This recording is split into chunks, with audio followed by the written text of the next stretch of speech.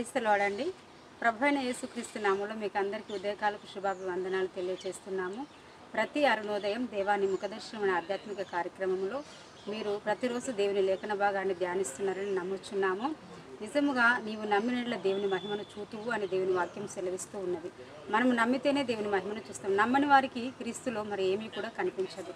కాబట్టి ఈరోజు ఆదివారం కోసమే మీరు ఎంతమంది సిద్ధపడ్డారో, దేవుని సన్నిధిలో మొదటి ఆదివారం మొదటి ప్రాధాన్యత దేవుడికి ఇవ్వాల్సిన వారమే ఉంటున్నాం. మొదటి స్థానం దేవుడికి ఇవ్వాల్సిన వారమే. ఒక అద్భుతమైన పాట ఉంటుంది మన క్రైస్తవ కీర్తనలో. ఒక అద్భుతమైన సాంగ్ ఉంటుంది. ఏమిటంటే నా మొదటి స్థానం నీకే యేసయ్యా, నా మొదటి ప్రేమ నీకే యేసయ్యా అని మరి పాడుతున్నాం. మరి ఎంతమంది దేవుడు మొదటి స్థానం ఇస్తున్నాం. ఆదివారం మర్చిపోకుండా పరిశుద్ధ దినముగా విశ్రాంతి దినము ఆచరించడము, దేవుని సన్నిధిలో మరి వాక్యము ధ్యానించడం, ఆయన సన్నిధిలో ప్రశాంతంగా ఉండడం దేవుడు మనకిచ్చిన వరం. ఈ జీవిత యాత్రలో ఆదివారము ఎంతో అద్భుతమైన దినము.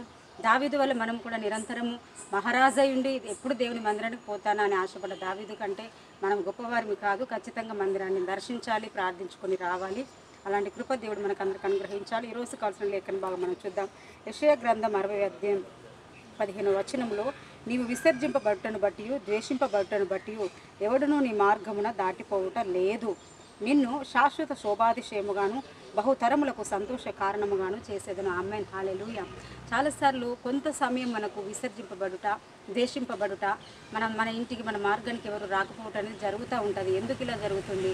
డబ్బు విషయంలో చిన్న చూపు, ఆరోగ్య విషయంలో చిన్న చూపు, ఎప్పుడు అనారోగ్యమైన చాలా విషయాల్లో మరి నీకు ఎప్పుడు దీవెనలు ఉండవా, ఎప్పుడు కూడా నువ్వు దరిద్రంలోనే ఉంటావా, ఇలాంటివి ఎన్నో కలుగుతూ ఉంటాయి. కానీ దేవుడు కొద్ది రోజులు మాత్రమే ఆ పరీక్ష శోధన కాలం. ఎవరికి తగ్గట్టు వాళ్ళకు శోధనలు పెడతానని దేవుడు చెప్పాడు. మనం సహించిన దానికంటే ఎక్కువగా మనం శోధింపబడము. ఎందుకంటే మన ప్రధాన యాజకుడు శోధన గుండా వెళ్ళాడు. కాబట్టి ఎవరు ఎలాంటి శోధన గుండా మాత్రమే తట్టుకొనగలరు, వారు మహిమను పొందుకోగలరని దేవుడు వారికి తగ్గట్టు శ్రమలు శోధనలు కలుగుతూ ఉంటాయి. కాబట్టి ఆ తర్వాత మహిమను దేవుడిస్తాడు. శోధన తర్వాత ఖచ్చితంగా మహిమ ఉంటుంది. యోబు గారిని చూడండి, ఎంతో తృణీకరణ జరుగుతుంది యోబు గారి జీవితంలో. ఏమిటంటే స్నేహితులు అన్ని జీవిత యాత్ర అంతా కూడా ప్రయాణించిన స్నేహితులే అతని మీద నిందించడం, దూషించడం, ఇంకా నీ వల్ల కాదు, నువ్వు దేవునికి ఏదో వ్యతిరేకమైన పాపం చేస్తావని తృణీకరించడం జరిగింది.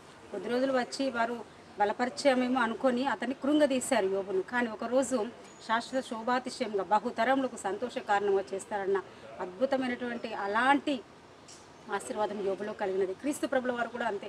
శిలువలో చూసినప్పుడు అతడు మరి ఎంతో గాయములు, ఎంతో వేదనలతో ఎలాంటి బలహీనులుగా ఉన్నాడో క్రీస్తు మనకు తెలుసు. కానీ అతడు మరణించి తిరిగి లేచి పునరుద్ధారణైన తర్వాత క్రీస్తు మహిమలుగా మనందరినీ మహిమలో నిలబెట్టాడు. మన తలలు ఎత్తాడు. శత్రు ఎదుట సాతాను ఎదుట పరలోక రాజ్యాన్ని వారసులుగా చేశాడు. ఈ ఆదివారపు దినం దేవుడు మనల్ని కూడా శాశ్వత శోభాతిశయంగా బహుతరములకు సంతోషకరంగా మనల్ని, మన వంశంలో పిల్లల్ని, కుటుంబాన్ని, మన సంఘములను ఆశీర్వదించును గాక. ఆమేన్. ప్రార్థన చేసుకుందామండి. మహోన్నతుడ సర్వశక్తి గల ప్రభువా, ఉదయకాల సమయంలో ఎంతమంది బిడ్డలైతే నమ్ముచున్నారు. యెషయా గ్రంథం 60:15 వచనంలో, అయా నీవు తృణీకరింపబట్టును బట్టి, నీవు వెలివేయబట్టును బట్టి ఎవడు నీ మార్గం దాటిపోవటం లేదు కదా. అయితే నిన్ను శాశ్వత శోభాతిశయముగా బహుతరములకు సంతోషకరం నేను చేస్తానని చెప్పావు. అవునయ్యా, ఎంతోమంది బిడ్డలు ఆ విధంగా కృంగుదలలో, నిరాశలో, డబ్బు లేమిలో, కొరతలో, ఇబ్బందిలో ఉంటున్న వారందరినీ లేవనెత్తుము తండ్రి. శాశ్వత శోభాతిశయంగా వచ్చే బహుతరములకు సంతోష కారణంగా చేయము. పిల్లల స్టడీస్ విషయంలో కూడా కృంగుదల, డల్లర్గా ఉన్న స్టూడెంట్స్ని బట్టి తండ్రి ఇదిగో ప్రభా ఎంతో వారికి వారుగా కృంగిపోతూ ఉంటారు. వారిని గొప్ప తండ్రి బ్యాక్ బెంచర్స్ని గొప్ప క్లెవర్ స్టూడెంట్స్గా మీరు లోకాన్ని చూపెట్టే దేవుడై ఉంటున్నారు. అదేవిధంగా తండ్రి నీకు స్తోత్రం. ఎవరైతే పరిచర్యలో వెనకబడి ఉంటున్నారో, పరిచర్యలో తను నీరసిల్లిపోతున్నారు, ఎవరు లోబడట్లేదు, బాధపడుతున్నారు, పరిచర్యను కూడా అభివృద్ధి పరిచే దేవుడై ఉంటున్నావు. అయ్యా తన సంతోష కారణముగా బహుతరములకు ఆశ్చర్యకరంగా చేసే దేవుడై ఉంటున్నావు. అదేవిధంగా వ్యాపార విషయంలో, ఉద్యోగ విషయంలో, అన్ని విషయంలో దీవెన దయచేయండి. ఈరోజు మ్యారేజ్ డేస్ జరుపుకున్న బిడ్డల్ని, బర్త్డే జరుపుకుంటున్న బిడ్డల్ని, కుటుంబాలని అందరినీ ఆశీర్వదించండి, సమాధానం దయచండి, మహిమ తెచ్చుకోమని, ఆదివారపు దీనితో తృప్తిపరచమని యేసు నామములో ప్రార్థించి వేడుకొనుచున్నాము తండ్రి.